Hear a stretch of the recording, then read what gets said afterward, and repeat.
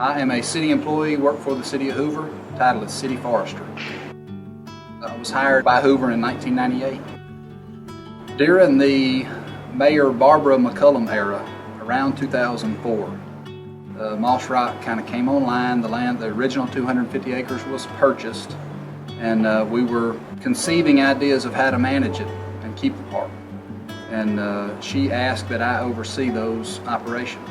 So in doing that, I connected with Friends of Moss Rock and some other volunteer groups, and here we are today. It was privately held by U.S. Steel when the city acquired it. And prior to the construction of Preserve Parkway, to get to the boulder field, it was approximately a 1 mile walk through the woods. Parking in a relatively underused parking lot adjacent to an athletic field, an athletic park. So only a select few knew about the place, and then only a select few were willing to make that walk to get in here. So we are in year 3 of what we call the Boulder Field Restoration Project in Moss Rock Preserve. Phase 1 back in the early 2000s was literally just constructing the trail system within the park. In those days, the park was comprised of 250 acres. Today it's 349. We're estimating around 12 miles of trail within the park. All of those either constructed by nature in the form of drainage or by volunteers. So once the trail system was set, construction, it became trail maintenance. And then the trails have been sort of set and stable for years now, and our big mission on the volunteer side has been invasive plant control. So we've had, fortunately again, Ken Wills has inventoried plant species and animal species, and you name it in here. He's studied the place, so we know it, and Ken knows it kind of inside and out. But we are trying to maintain the forest in a healthy condition by controlling invasive plants. More of that is apparent in the boulder field.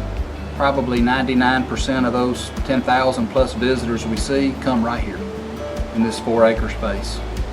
They do make their way across the Hurricane Branch there to the sandstone glade. It's a little more of a durable surface, but when you get out in the bulk of the park on those 12 miles of trails in that 349 acres, the use is much less apparent. Certainly we have to kind of bolster our infrastructure here because the use is so heavy.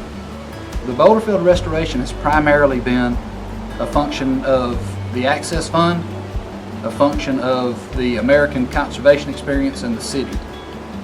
The Friends were involved in year 1 with graffiti removal, but within the boulder field proper, which is 4 acres of the 349, those 3 groups are turning out most of the work. Southeastern Climbers Coalition has also been involved, but certainly ACE and the Access Fund are very busy in here each day. We did start phase 1 with a conceptual trail plan. What problems were we having? How could we improve those? Where could we make the trail system better? How could we approach it? So we did have a local landscape architecture firm design a phased master plan of how to go about restoring the boulder field. Year 1, then we brought in the Access Fund to do the trail work and to start following that conceptual plan.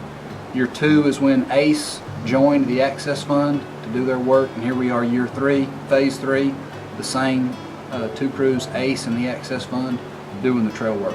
Hopefully it won't be the final phase. The reason we labeled 3 phases was when the Access Fund actually approached us looking to do work in the boulder field, they were funded by a really large grant from Jeep and a couple of other local funding sources as well. So when we got on board and partnered with them under that grant, we knew they would be here for at least 3 years. We're hoping to find hoping to find additional funding. And so now, beyond what we can do with the Access Fund using their grant money, it's certainly my hope that the city will take the lead and fund activities in here going forward. So hopefully we're not done at phase 3. Volunteer support in Moss Rock is critical.